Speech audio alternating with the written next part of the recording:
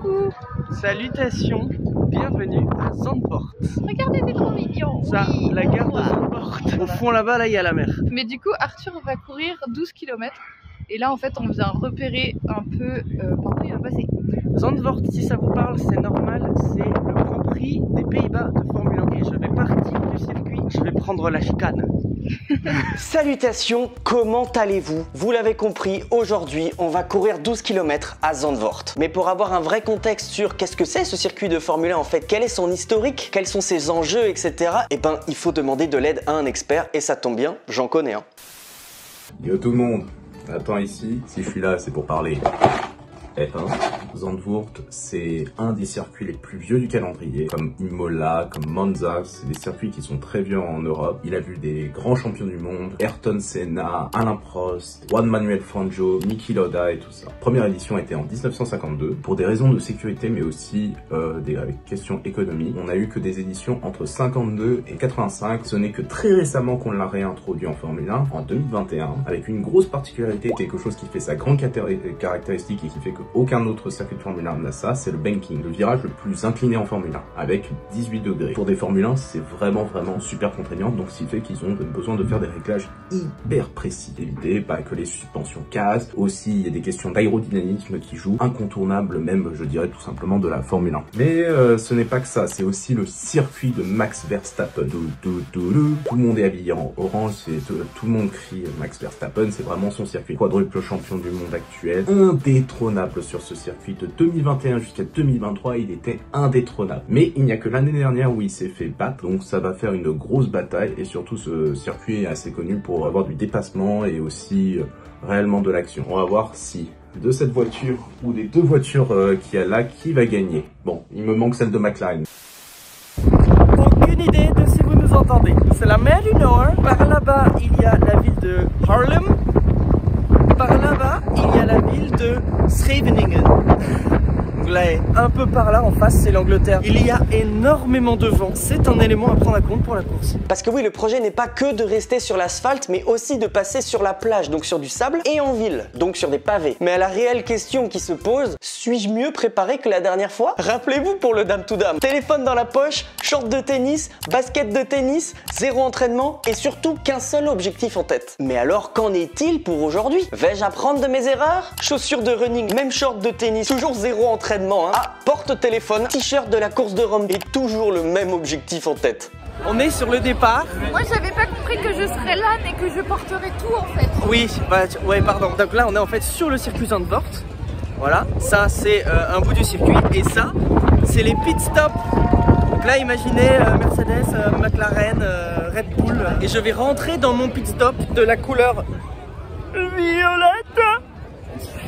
Ici. Et je pars dans 5 minutes, c'est ça à peu près? Ouais, je pense que tu peux bouger ton cul là. Allez, on y va. Profite bien. Au revoir. À tout à l'heure. Ah, dans 12 km. Donc là, regardez, en fait, là, on est dans le speed stop. C'est là où il y a tous les mécanos et tout. D'habitude, ils sont sur les técos comme ça. Et je me dirige vers le départ. Il est là. Il est là. Avec le début de calvitie. On est vraiment sur la piste de départ. Voilà, les gradins et tout. C'est trop stylé. Regardez ça. Ça vous dit quelque chose?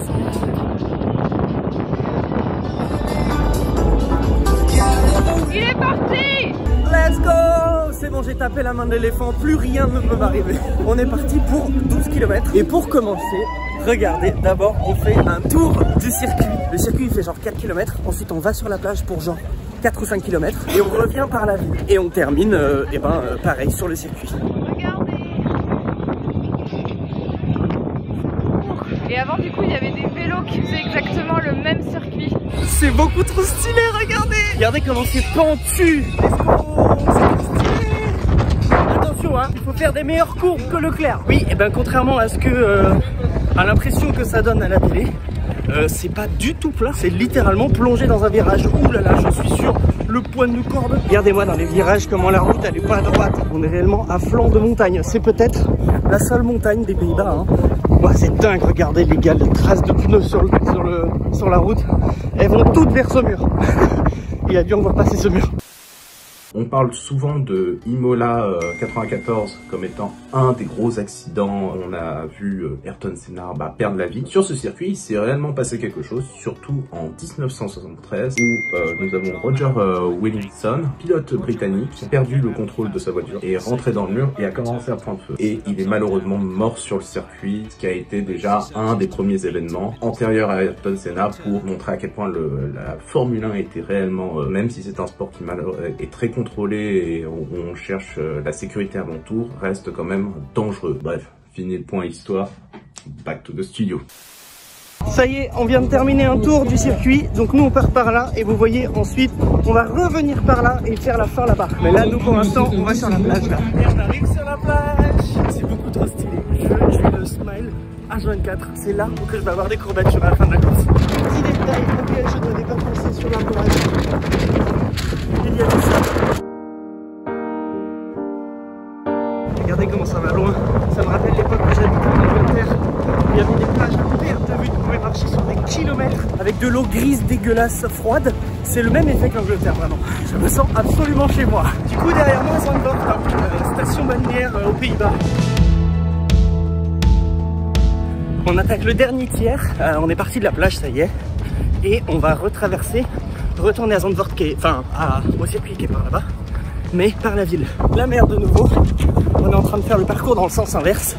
Et cette fois-ci, au-dessus de la dune. La gare derrière nous, celle où on était tout à l'heure. Et nous voici dans le centre-ville de Zandvoort.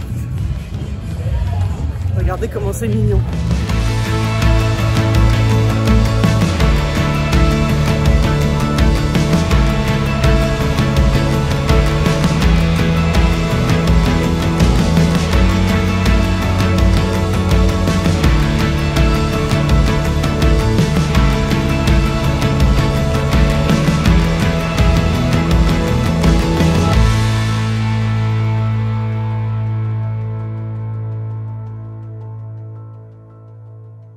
On est dans le dernier kilomètre, on est en train de retourner au circuit. Écoutez, je sais pas ce qui se passe, mais je ne fais que doubler des gens.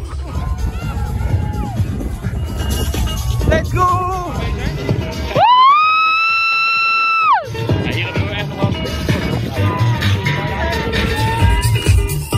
Let's go! Terminado. Je m'arrête, mais les jambes avancent toutes seules. Écoute, je me sens plutôt bien. C'est cool. J'ai fait exactement 1h10. Pour 12 km, étant donné que je n'ai aucun entraînement, je trouve ça pas trop mal. Let's go!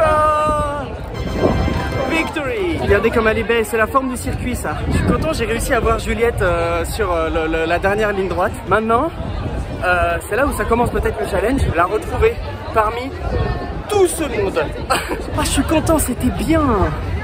Le sable un peu relou hein. En vrai la remontée de la dune à la fin de la plage quand on est retourné sur la route, du sable bien épais, bien sec, et ça montait pas mal. Tranquillement je me suis tranquillisé, mais c'est vrai que sur le moment, ouf. Regardez là. Regardez là. Un vrai influenceur ça hein. Comment ça va? Elle est cool. Elle est trop bien.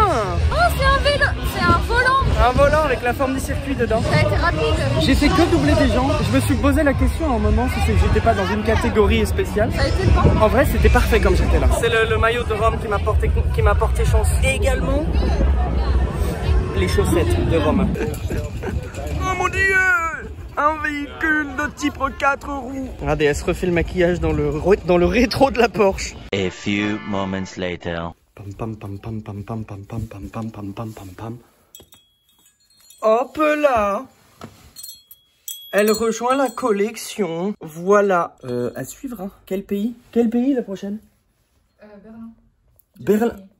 Ah, faut que je me prenne mon billet maintenant alors. Ouais, ok, la prochaine Berlin. Bruxelles, j'aimerais bien faire aussi. Enfin, Belgique. Pour l'instant, je n'ai pas encore mal aux jambes, mais attendez demain. The next day. Bon, nous voici le lendemain de la course de Zandvoort. Écoutez, les jambes, ça va. Je les sens, c'est normal, mais ça va. Nous allons passer le test de l'escalier. Rappelez-vous la dernière fois l'escalier, après le Dame to Dame. Je suis obligé de descendre une par une les marches en me tenant à la rampe. En l'espace d'une nuit, j'ai pris 60 ans. Attention. Oh, mais ça va. Ça va de fou, regardez. Voilà, je sais pas si je me suis mieux organisé que la dernière fois ou si c'est juste moins long. Mais ça va de fou, ça c'est check. Sachez que ce week-end-là, on déménageait. J'ai pas giga anticipé quand j'ai pris mon dossard, mais vraiment on est rentré dans un Zandvoort, on a fait tous les cartons et le lendemain on a déménagé toute la journée. Sans ascenseur évidemment, hein. En fait je n'ai pas eu le temps d'avoir de courbatures. Alors par contre le week-end qui a suivi j'ai très bien dormi. J'espère que ce genre de petite épopée vous plaît parce que je suis tombé complètement accro. J'adore les médailles, je suis devenu fan des médailles en fait. En vrai je rigole avec les médailles mais je trouve ça cool le principe de la médaille du finisher, ça récompense vraiment juste ton effort, c'est cool. Et puis c'est un beau souvenir à avoir chez soi. Du coup un grand merci d'avoir regardé la vidéo, n'oubliez pas de mettre un pouce, un commentaire selon ce qui vous plaît. Je vous dis à la prochaine, très certainement à Berlin du coup, et puis à plus tard, salutations. When I'm away, I miss you and I enjoy it. When I am here, I wish I